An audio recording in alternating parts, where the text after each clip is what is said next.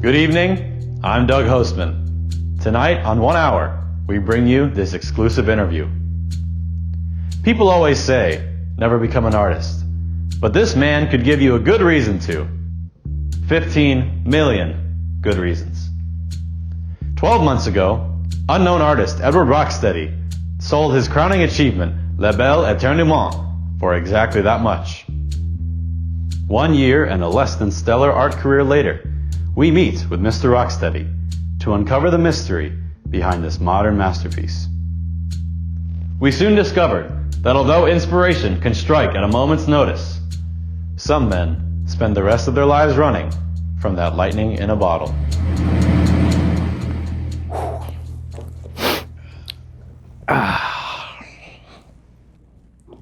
You want some cocaine? No? Oh! Or for me? So, Edward, let's start at the beginning. How did you come up with the idea for your magnum opus, your tour de force, Bel Eternument? I thought you guys were here to talk about my latest piece. I just painted this last week. We'll get to that. But mainly we're interested in what Martin Scorsese called definitely art.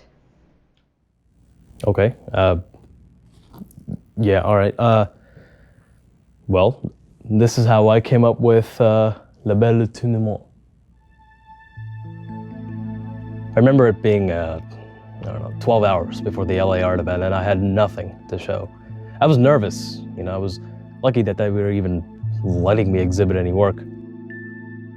I didn't like anything I did. I didn't think anything was good enough.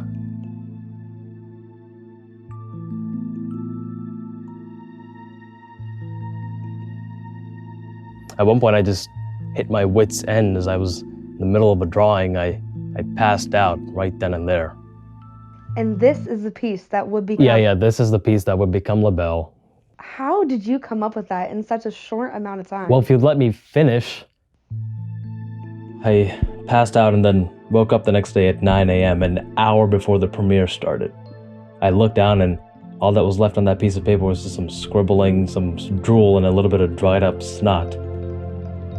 So, how did you come to turn this into the great painting that we've all come to know and love? That's it. What? Yeah, I woke up, saw that I had drooled all over the painting I had just made, and said, fuck it, and I just took it to the art show. Wow, that's truly incredible. Is it? I fell asleep. Which, by the way, this was before I was a regular on the Polar Express, if you catch my drift. So, what's new? What's next on the Rocksteady pipeline? Well, it's funny you ask, because just right here is the painting I made last week, and... Is it true that you've had trouble finding work? Some people say that your best days are behind you. Well, as I was saying, this painting I made just last week is a pretty good... I also think that my political piece, everything's gonna be all right, has some merit. Yeah, but anything like Bel Eternument? Anything better than that? I could take a shit right now that would end up being a lot better than Le Blech. In fact, Tommy, go warm up the toilet seat. I got a real abstract piece ready to rip. I painted 40 paintings over the last 30 days. Every single one of them has been better than Bel. All I did was pass out on a piece of paper and just drool. Yeah, but isn't that raw? Isn't that the true you? Isn't that what art is supposed to be? It's not art. It's not expression. It's drool. Drool on a piece of paper. Look at this. This is so much better than just vines and a couple wet spots. I guess I just don't see the appeal of these. It seems like you're trying to copy your past work. It seems forced.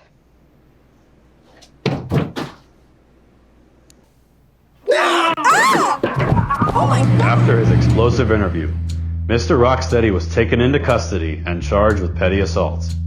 He faced a scrutinous trial, but the judge dropped all charges on the basis that anyone would make a mistake like that if they felt as inadequate as Mr. Rocksteady.